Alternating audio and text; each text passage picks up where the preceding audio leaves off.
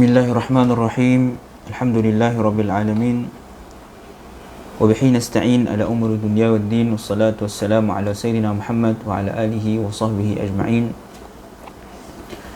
Subhanaka la ilma lana illa ma 'allamtana innaka antal alimul hakim. Rabbi shrah li sadri wa yassir li amri wahlul 'uqdatam min lisani yafqahu qawli. Rabbi yassir wa la tu'assir ya karim. Rabbi tammim bil khair. Allahumma salli ala Sayyidina Muhammadin nur al-mudhhib lisyani bi nurih wa ala alihi fi kulli lamhatin wa nafasin adada ma wasi'ahu ilmullah. Thumma amma ba'd.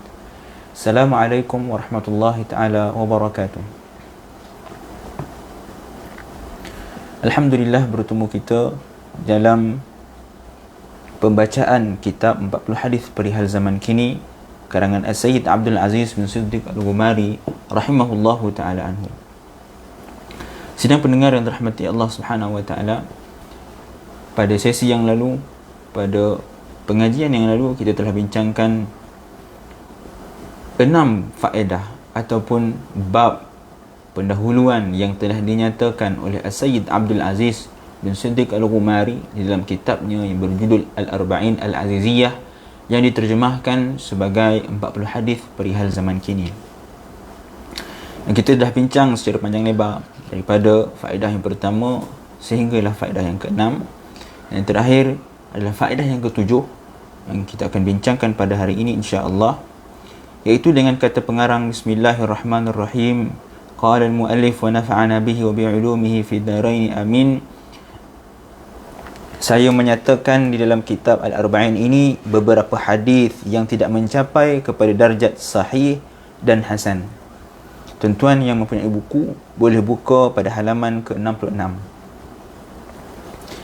Jadi kata Sayyid Abdul Aziz bin Siddiq Al-Ghumari di dalam kitab Al-Arba'in ini, di dalam kitab 40 hadis perihal zaman kini ini, ada hadis yang dimasukkan oleh Sayyid Abdul Aziz yang bukan pada martabat hadis yang sahih maupun hadis yang hasan.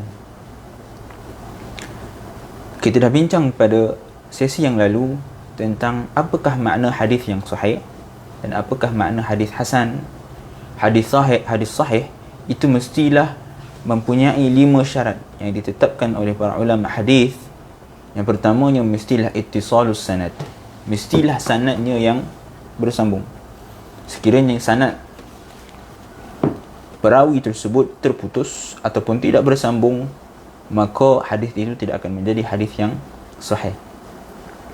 Sanad ni apa? Sanad ini adalah rantaian periwayatan daripada Rasulullah sallallahu alaihi wasallam, kemudian disampaikan oleh sahabat, seterusnya tabi'in, tabi'in sehinggalah kepada kita. Maka rantaian tersebut dikenali sebagai sanad. Misalnya Imam Bukhari rahimahullahu taala, beliau mengambil hadis daripada gurunya. Manakala guru Imam Bukhari mengambil hadis daripada gurunya, gurunya pula mengambil kepada guru-gurunya, sehinggalah kepada Rasulullah SAW. Jadi setiap orang yang meriwayatkan hadis tersebut namanya sanad. Rantaian tersebut, yakni daripada Imam Bukhari sehingga kepada Rasulullah, itu disebut sebagai sanad. Untuk menepati, untuk mendapat taraf hadis sahih, mestilah sanad tersebut bersambung, tidak boleh terputus. Apa maksud bersambung? Maksudnya hadis itu memang diriwayatkan daripada satu generasi kepada generasi yang lain. Kalaulah ada satu riwayat yang diriwayatkan tetapi mempunyai tempoh masa yang jauh, maka hadis tersebut boleh menjadi hadis yang maqtu' ataupun munqati', hadis yang terputus. Hadis yang munqati', terputus sanadnya, tidak bersambung. Maka kalaulah sanad tersebut munqati', ia tidak menjadi hadis yang sahih. Sebaliknya, ia akan menjadi hadis yang dhaif. Syarat yang kedua untuk menjadi hadis yang sahih, mestilah diriwayatkan oleh perawi-perawi yang adil. Perawi yang adil, bukanlah perawi yang mempunyai akhlak yang buruk ataupun perawi yang tidak adil, yakni fasik. Syarat yang ketiga untuk satu hadis itu menjadi sahih, mestilah diriwayatkan oleh perawi-perawi yang mempunyai ad-dabt, yakni ingatan yang kuat. Sekiranya seseorang perawi itu mempunyai ingatan yang kurang, maka hadis itu akan turun darjatnya daripada sahih kepada hasan sehinggalah kepada daif. Kemudian syarat yang keempat, mestilah tidak syadz, dan syarat yang kelima adalah tidak illah. Kita dah bincangkan tentang apakah dia syadz dan apakah dia illah. Jadi kalau ada 5 syarat ini, maka hadis tersebut barulah dikenali sebagai hadis yang sahih. Manakala hadis hasan, hadis yang mempunyai kelima-lima syarat tersebut, cuma dia kurang daripada sudut ad-dabt, kurang daripada sudut hafalan. Lalu disebabkan perawi yang meriwayatkan hadis tersebut kurang daripada sudut hafalan, ingatan yang tidak kuat, maka akhirnya hadis tersebut daripada sahih turun kepada hasan. Dan dhaif pula adalah hadis yang tidak menepati keempat-empat syarat tersebut ataupun salah satu daripada syarat tersebut. Misalnya hadis dia terputus sanad, maka hadis itu menjadi hadis yang dhaif. Ataupun hadis tersebut diriwayatkan oleh seorang yang bukan adil, seorang yang fasik misalnya, maka hadis tersebut akan menjadi dhaif. Begitu juga diriwayatkan oleh seorang yang mempunyai ingatan yang sangat lemah, akhirnya hadis itu juga boleh menjadi dhaif. Begitu juga dengan syadz dan illah. Sekiranya hadis itu adalah merupakan hadis yang syadz, hadis itu boleh menjadi hadis yang dhaif. Ataupun sekiranya hadis itu mempunyai illah, dia boleh turun sehingga kepada hadis yang dhaif.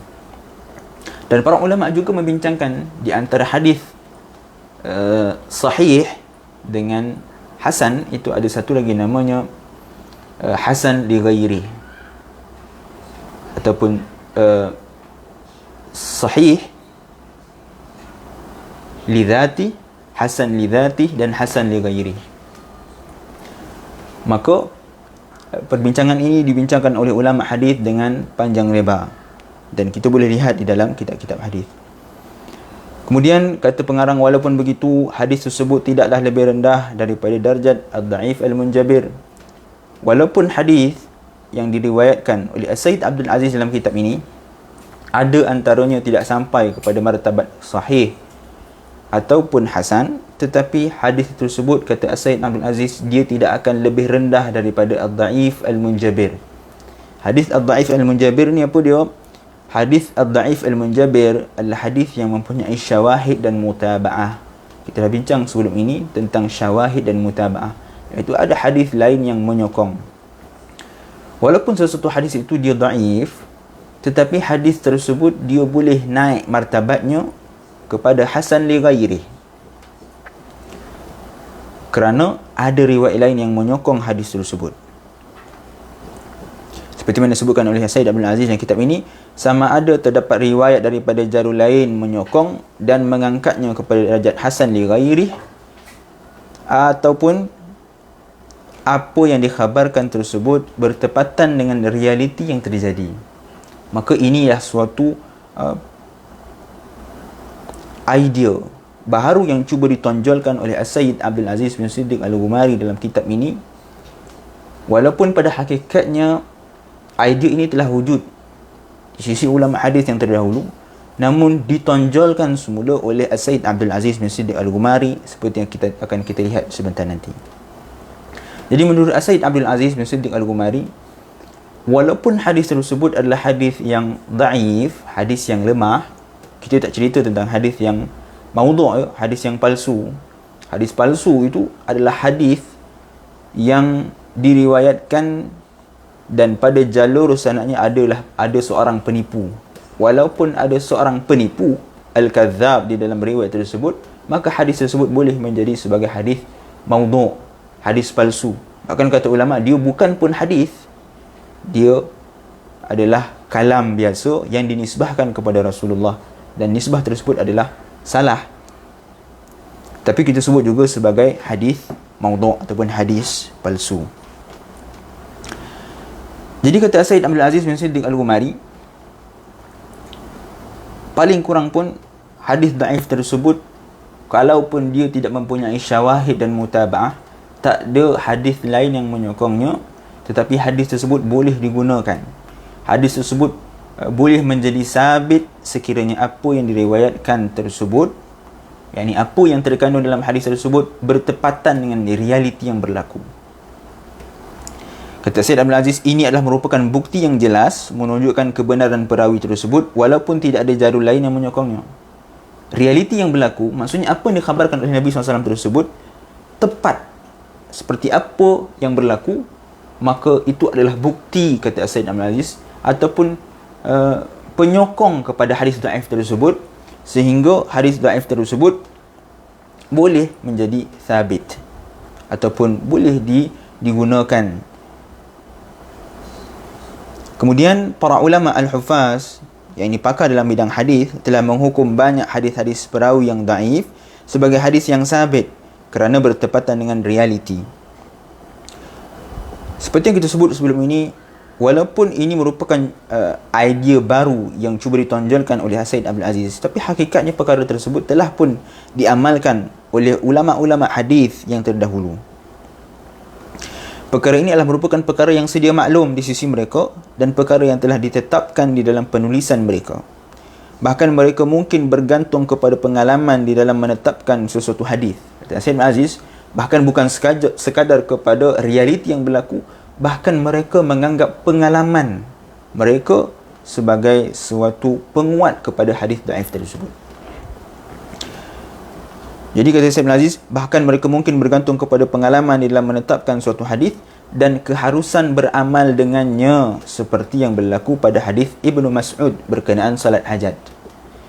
Antara hadis yang digunakan oleh para ulama hadis, yang walaupun hadis tersebut dhaif, namun hadis tersebut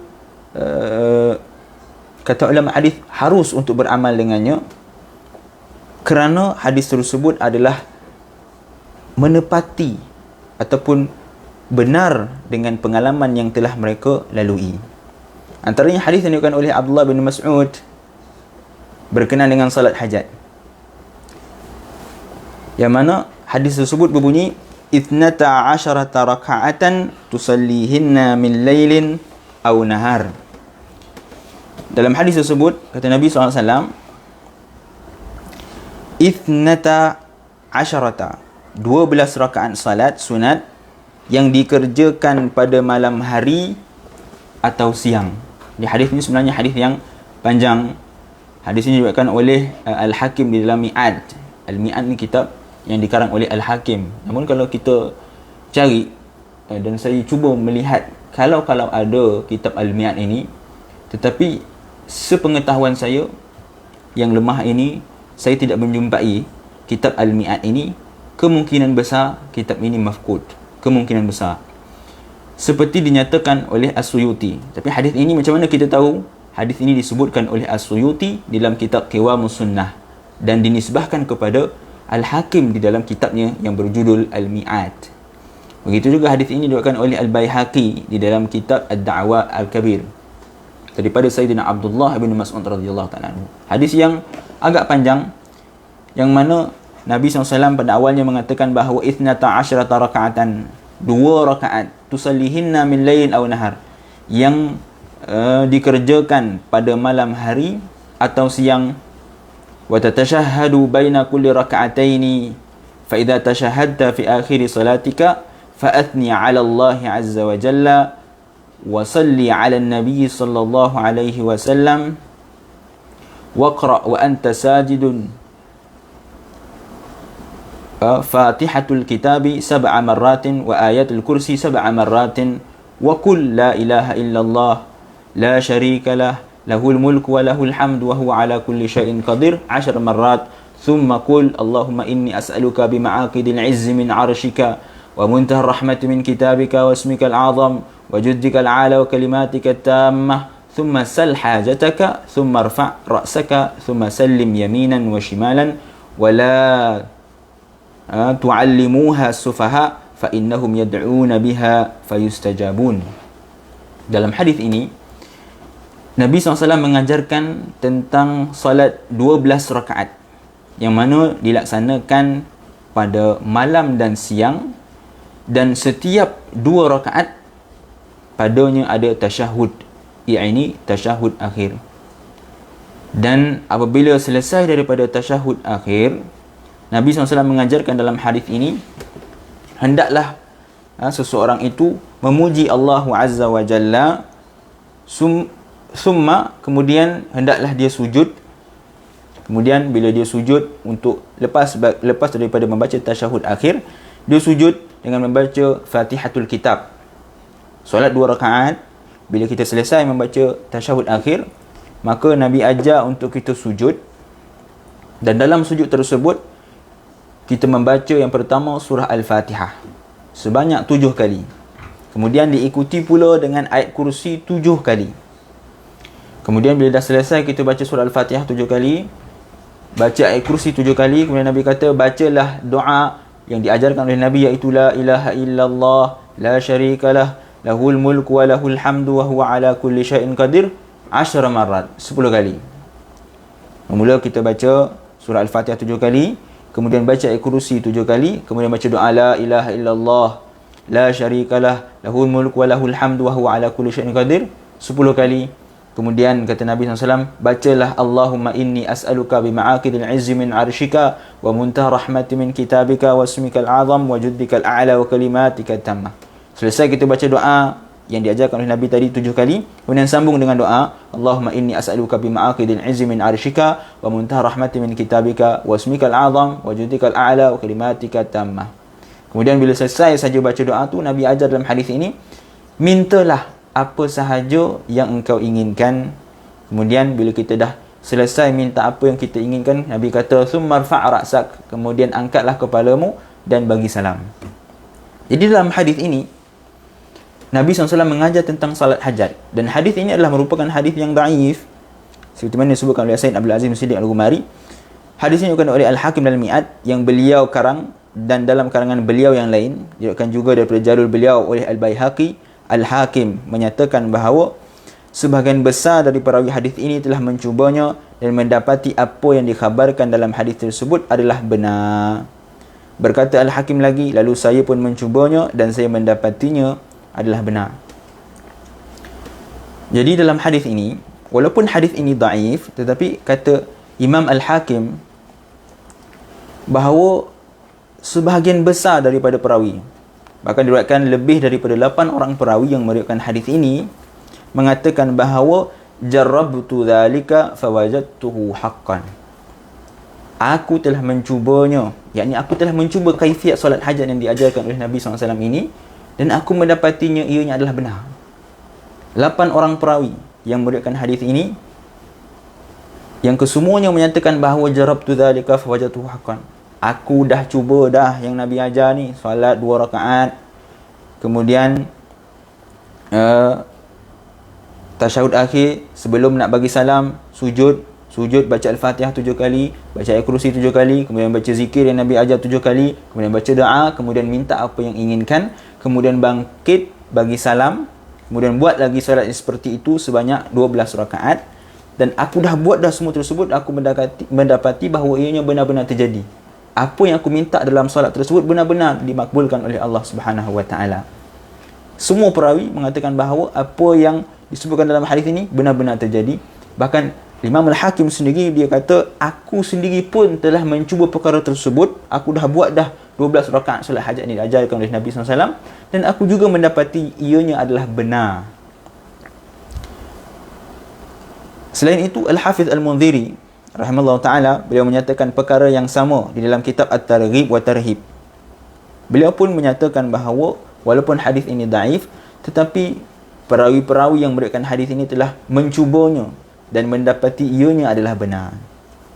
Maka ini yang kita kaitkan sebelum ini, yakni walaupun hadis ini daif, hadis ini lemah, tapi ia boleh menjadi kuat kerana pengalaman yang telah dilakukan oleh orang yang mengamalkan hadis tersebut. Diamalkan hadis tersebut dan hadis tersebut benar-benar berlaku, maka disebabkan bertepatan dengan realiti, bertepatan dengan apa yang disebutkan oleh Nabi, maka hadis tersebut boleh menjadi kuat. Selepas dari menyatakan, ini Imam Al-Mundhiri, Al-Hafiz Al-Mundhiri dalam kitab Targhib wa Tarhib, selepas dari menyatakan bahawa sanad hadis adalah daif, dia kata sanad hadis ini daif. Beliau mengatakan sandaran kepada hadis ini adalah atas dasar at-tajribah. Tajribah ni apa? Tajribah ni pengalaman. Dan bukanlah berdasarkan kepada sanadnya. Jadi kata Al-Hafiz Al-Mundhiri, hadis tentang solat hajat ini dia dhaif, tetapi ia dijadikan sebagai sandaran adalah kerana atas dasar at-tajribah, atas dasar pengalaman perawi yang meriwayatkan hadis ini. Mereka telah mencubanya dan mendapati ianya adalah benar.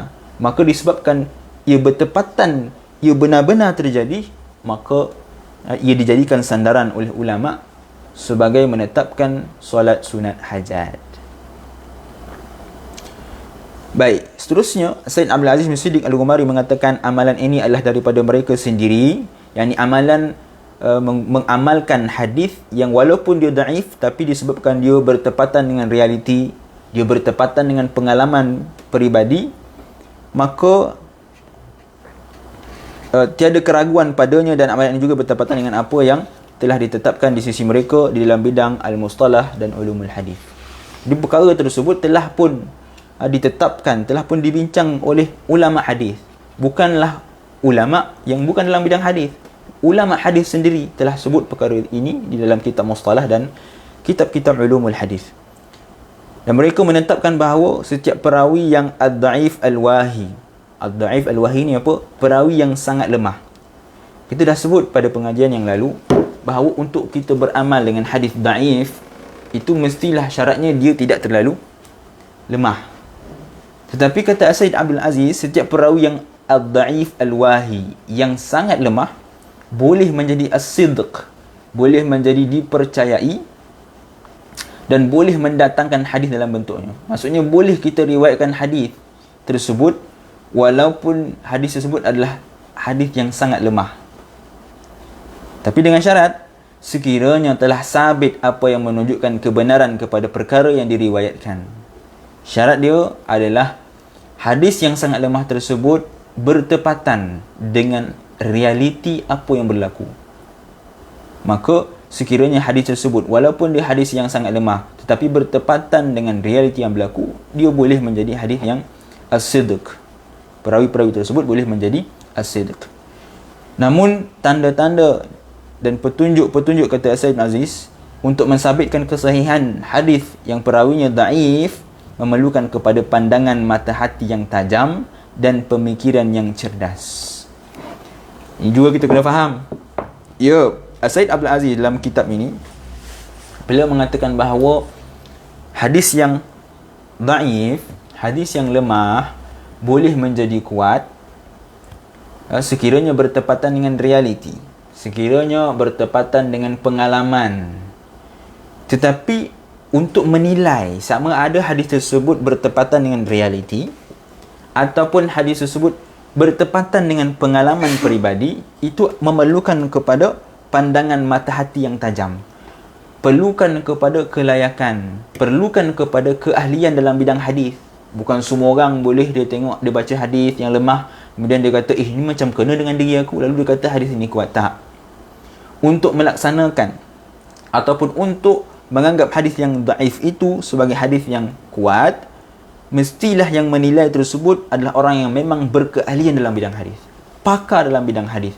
Maka barulah hadis tersebut boleh dikatakan sebagai hadis yang kuat. Kelebihan ini, kata Said Abdul Aziz, tidaklah dimiliki oleh semua orang. Bukan semua orang boleh mampu untuk menilai hadis tersebut sama ada dia bertepatan dengan realiti ataupun tidak. Sebab kadang-kadang bila kita baca hadis, kita rasa macam kono dengan diri kita. Tapi hakikatnya hadis tersebut memang sangat lemah dan dia tidak boleh diangkat daripada sangat lemah tersebut. Dia memang terus kekal menjadi sangat lemah. Kerana kita bukan orang yang berkeahlian, tetapi orang yang pakar dalam bidang hadis, mereka tahu bahawa hadis tersebut sebenarnya boleh menjadi kuat kerana dia bertepatan dengan realiti. Perumpamaan yang cukup mudah kan, kalau kita jumpa dengan doktor, kita sebut je nama ubat, dia dah tahu dah.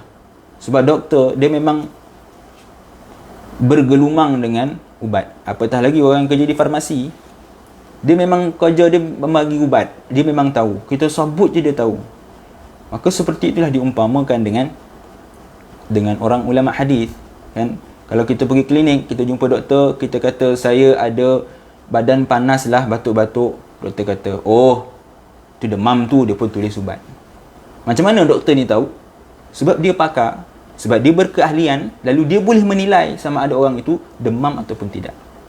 Orang ni ada kanser ke ataupun tidak. Sebab dia pakar, dia tahu. Jadi untuk tahu sama ada hadis itu betul ataupun tidak bertepatan dengan realiti, mestilah mempunyai keahlian di dalam bidang hadis. Dan kata Syed Abdul Aziz lagi, oleh disebabkan ini juga terdapat sebahagian ulama hadis berpandukan kepada mimpi di dalam tidur untuk mensahih dan mendaifkan sesebuah hadis. Ini pernyataan Syed Abdul Aziz yang mana beliau menyatakan bahawa oleh kerana itu sebahagian ulama hadis ada yang membenarkan, menerima hadis yang berpandukan kepada mimpi, sama ada nak mensahihkan hadis tersebut ataupun mendaifkan. Ulama hadis sendiri bukan orang yang bukan berkeahlian dalam bidang hadis, tapi ulama hadis sendiri sebahagian mereka ada yang menerima ataupun menjadikan mimpi sebagai pengukur sama ada hadis tersebut adalah sahih ataupun tidak. Dan penerangan lanjut berkenaan perkara ini terdapat di tempat yang lain. Syed Abdul Aziz dia tidak cerita secara panjang lebar tentang perkara ini kerana dia bukanlah tempat perbincangannya. Kemudian kata Syed Abdul Aziz sudah memadailah dalam bab ini, iaitu bab mukjizat untuk bersandarkan kepada hadis daif.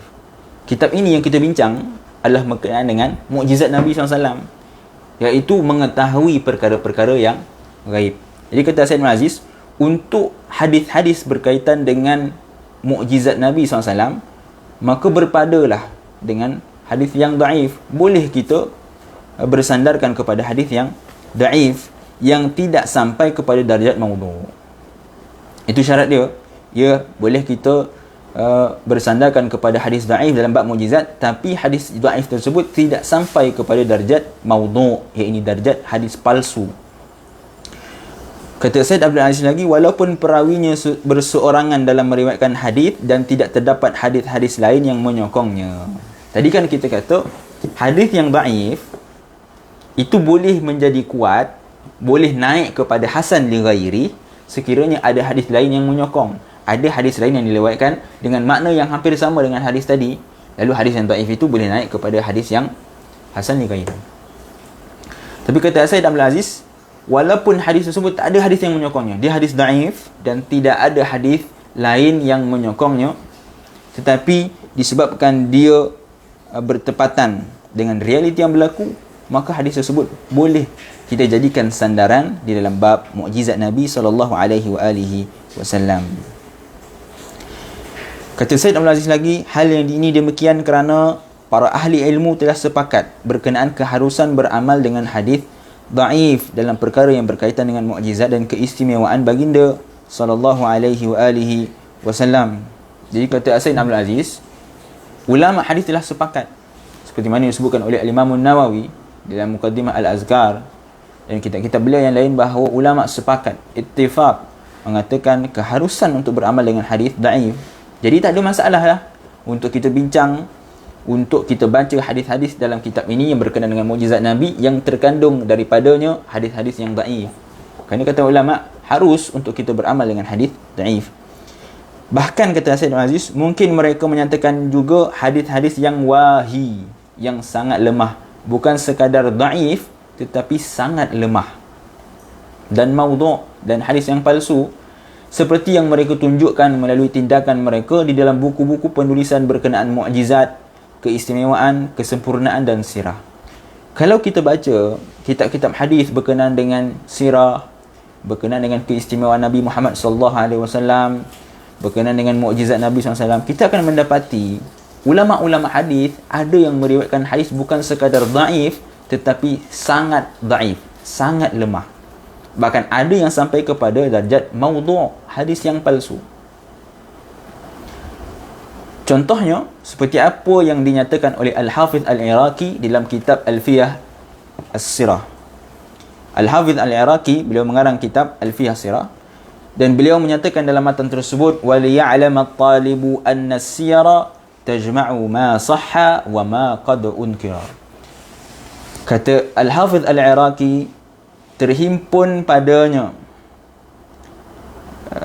kata Al-Hafidh Al-Iraqi, waliya'lam at-talibu, dan supaya setiap pelajar mengetahui bahawa sirah itu terhimpun padanya apa yang sahih dan apa yang diingkari.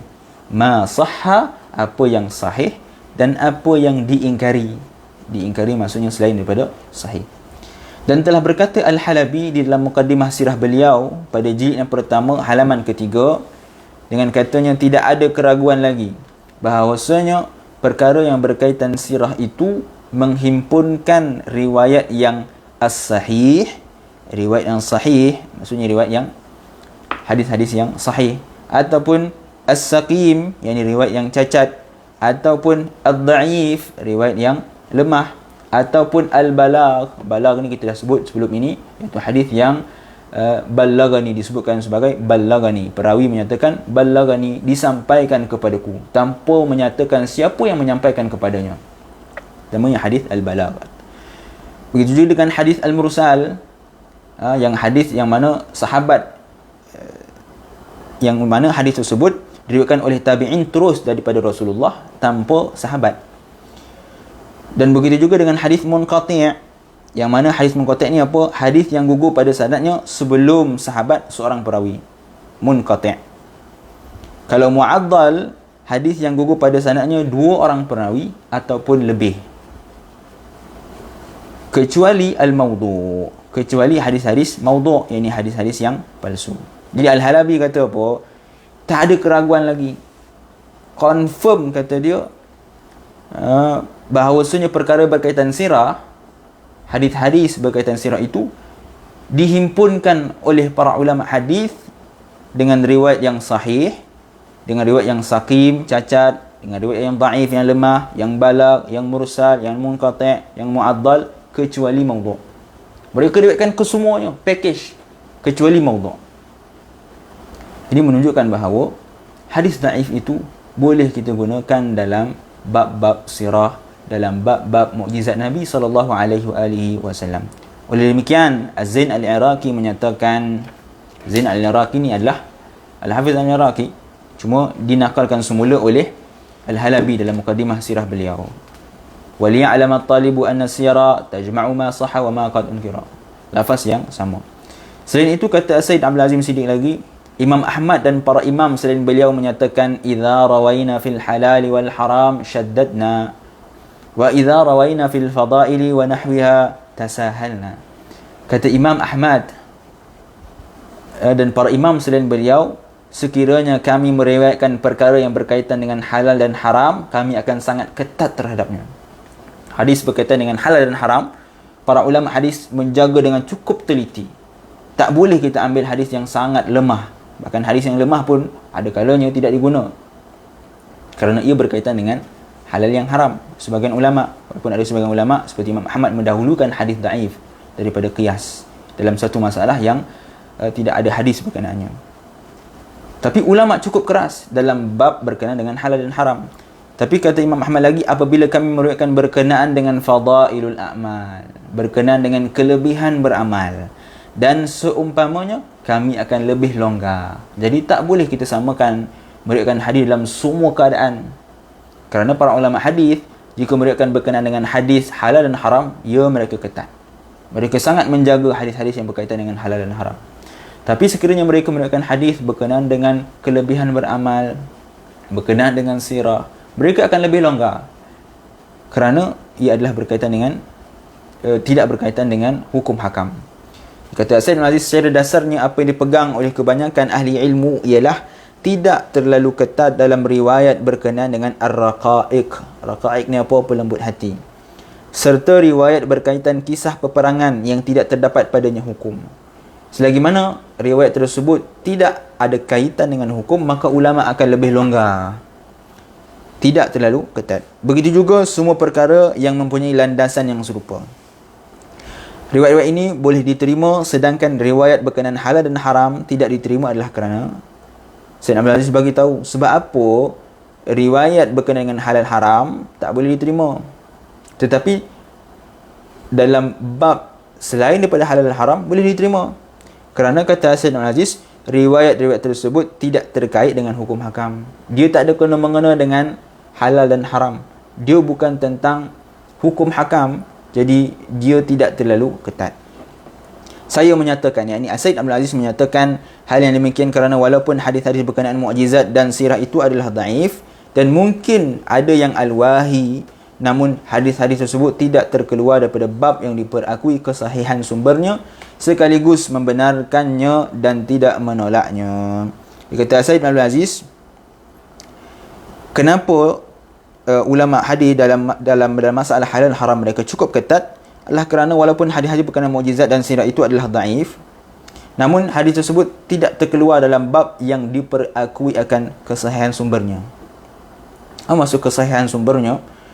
Kerana perkara tersebut seperti akan disebut oleh Sayyid Aziz nanti, bahawa perkara itu adalah perkara yang hadis yang tidak boleh la majal lil ra'i, tidak boleh difikirkan oleh akal. Maka hadis-hadis yang tidak boleh difikirkan oleh akal, maka ia boleh dijadikan sebagai sandaran. Berkata Ibn Abdul Bar rahimahullah pada biaratan Lahib bin Malik Al-Lahibi dalam kitab Al-Isti'ab, setelah menyatakan berkenaan khabar dalam bentuk ramalan tentang berita-berita kenabian dengan menyatakan sanad hadis ini adalah dhaif. Jadi Ibn Abdul Bar dalam kitab Al-Isti'ab ketika membincangkan berkenaan dengan biografi Lahib ibn Malik Al-Lahibi, dia kata sanad hadis ini adalah dhaif. Ini hadis tentang ramalan berita-berita kenabian. Kata Ibn Abdul Bar, hadis ini adalah dhaif. Dan kalau terdapat padanya hukum sekalipun, saya tidak akan menyatakannya. Hal ini disebabkan perawi-perawinya yang majhul. Yang majhul ini adalah perawi yang ulama hadis bincang panjang tentang majhul, tetapi secara mudahnya al-majhul adalah perawi yang tidak dikenali. Dan Imarah bin Zaid dituduh sebagai perawi hadis palsu.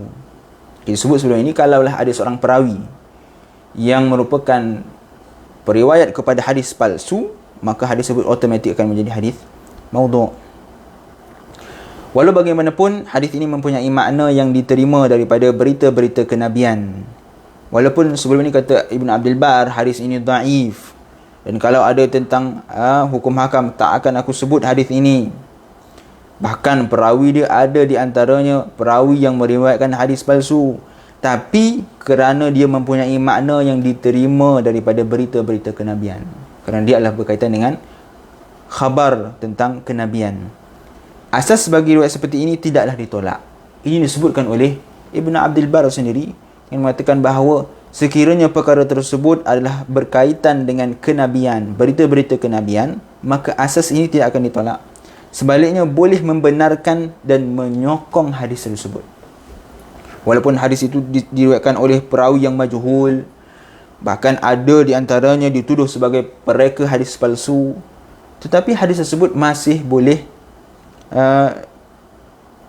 membenarkan dan menyokong hadis tersebut kerana dia berkaitan dengan perkara-perkara kenabian. Namun saya tidak menyatakan hadis dengan darjat seperti itu dengan izin Allah di dalam kitab Al-Arba'in ini. Kata Sayyid Aziz, walaupun dia sebut tentang hadis-hadis yang sangat lemah, hadis-hadis yang mungkin boleh diterima berdasarkan kepada realiti yang berlaku, tapi kata Sayyid Abdul Aziz, saya tidak meriwayatkan hadis tersebut di dalam kitab Al-Arba'in ini. Paling kurang pun, kata Sayyid Aziz, saya hanya menyatakan hadis ad-dhaif al-munjabir. Dhaif munjabir ni apa? Kita dah bincang sebelum ini. Hadis yang mempunyai sokongan. Ada hadis lain yang menyokongnya. Walaupun Sayyid Aziz bincang tentang hadis yang boleh diterima apabila dia bertepatan dengan realiti, tapi Sayyid Aziz kata, aku tak sebut pun dalam kitab Arba'in ini. Paling rendah pun aku hanya sebut hadis yang munjabir. Baik, kemudian kata Sayyid Majid lagi, sementara itu menyatakan hadis tersebut tanpa menjelaskan status hadisnya adalah perkara yang harus dan dibenarkan. Dalam kitab ini nanti kita akan tengok Sayyid Majid tak sebut sama ada hadis ini sahih ke, hadis ini hasan ke ataupun daif, beliau tak sebut. Kerana kata beliau perkara tersebut adalah dibenarkan di sisi ulama hadis. Bahkan para fuqaha sendiri, kata Sayyid Aziz, berhujah dengan hadis daif. dalam hukum hakam satu perkara yang berkaitan dengan halal dan haram. Seperti yang kita sebut sebelum ni, ada di kalangan ulama fiqh sendiri, mereka beramal dengan hadis-hadis zaif dalam bab yang tidak mempunyai hadis selainnya. Mereka membina daripadanya banyak masalah furuk dalam ibadah dan muamalah. Lalu bagaimana pula, kata Said Al-Aziz, dengan perbahasan kita ini yang hadis-hadis mencapai darjat al-mauquf dan al-maqtu' seperti yang dinyatakan oleh para ulama hadis. Hadis mauquf ni apa? Mauquf adalah kalam sahabi, kalam-kalam sahabat. Manakala maqtu' adalah kalam-kalam daripada tabi'in. Seperti yang dinyatakan oleh para ulama hadis. Walaupun hadis-hadis ini tidak sampai kepada darjat marfu', walaupun hadis tersebut hanyalah mauquf, yakni kalam sahabat ataupun kalam tabi'in, tak sampai pun kepada darjat marfu'. Marfu' ni apa? Ma'usnida ila nabi. Apa yang dinisbahkan kepada Nabi. Memang kalam Nabi sendiri. Bukanlah hadis yang disebutkan oleh sahabat ataupun tabi'in. Kerana termasuk dalam perkara yang tidak boleh difikirkan dengan logik akal dan tidak pula mampu untuk diijtihad dan difikirkan. Ini yang kita sebut sebelum ini, iaitu berkenaan dengan hadis yang mauquf tetapi lahu hukmun marfu'. Dia adalah hadis yang mauquf, hadis yang disebutkan oleh sahabat, bukanlah hadis yang disebut sendiri oleh Nabi SAW. Tetapi hadis tersebut dia boleh berada pada hukum hadis marfu'. Tapi dengan syarat hadis tersebut adalah merupakan perkara-perkara yang berkaitan dengan la majala lirra'i. Tak boleh akal difikirkan. Kalam sahabat, hadis mauquf yang disebutkan oleh sahabat berkenaan dengan perkara-perkara gaib, berkenaan dengan kenabian, perkara-perkara yang tak boleh difikirkan oleh akal, perkara yang tidak mungkin direka-reka oleh para sahabat, maka hadis tersebut boleh naik kepada martabat hadis marfu', yakni hadis seolah-olah hadis tersebut daripada Nabi SAW. Walaupun demikian, mereka tidak menyatakan dengan jelas bahawa hadis tersebut merupakan hadis al-marfu' adalah disebabkan, kata Syekh Al-Aziz lagi, walaupun hadis mauquf itu yang berkaitan dengan perkara-perkara gaib, yang berkaitan dengan hal-hal kenabian, yang berkaitan dengan perkara yang tidak boleh difikirkan akal, tidak disebutkan sebagai marfu'. Kenapa? Disebabkan mereka telah sedia maklum yang hadis tersebut tidak akan datang melainkan daripada Rasulullah SAW. Kenapa? Dalam hadis-hadis yang mauquf yang berkaitan dengan perkara yang tidak boleh difikirkan akal, kita sebut sebagai hadis mauquf, tidak disebut sebagai hadis marfu', kerana di sisi ulama hadis mereka dah tahu dah, kalau hadis itu mauquf dan hadis mauquf itu berkenaan dengan perkara-perkara yang tidak boleh difikirkan akal, maka dia adalah daripada Rasulullah. Dia bukanlah hadis yang disebut ataupun direka oleh para sahabat sendiri. Ataupun kata Said Al-Aziz, mungkin hadis tersebut diriwayatkan ketika perbincangan dan perbualan. Lalu apabila disebutkan tentang perbualan, sahabat meriwayatkan tentang perbualan, lalu tidak dinisbahkan kepada Rasulullah, sebaliknya hanya dinisbahkan kepada sahabat. Pada kebiasaannya, hadis yang diriwayatkan seperti itu tidak akan diriwayatkan dengan jelas bahawa hadis itu merupakan daripada Rasulullah, seperti akan diketahui oleh mereka yang membaca kitab As-Sunnah Al-Musharrafah. Jadi kata Said Al-Aziz lagi, perkara tersebut kita akan perasan, kita akan temuinya kalau kita membaca hadis-hadis Nabi SAW di dalam kitab-kitab hadis. Maka selesailah Said Al-Aziz membincangkan berkenaan dengan 7 faedah, 7 bab utama di dalam kitab 40 hadis perihal zaman kini.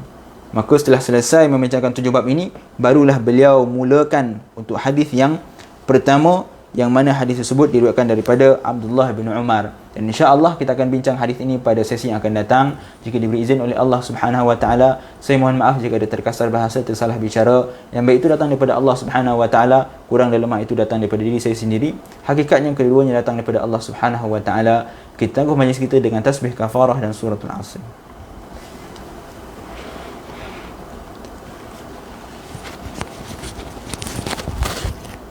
Assalamualaikum warahmatullahi taala wabarakatuh.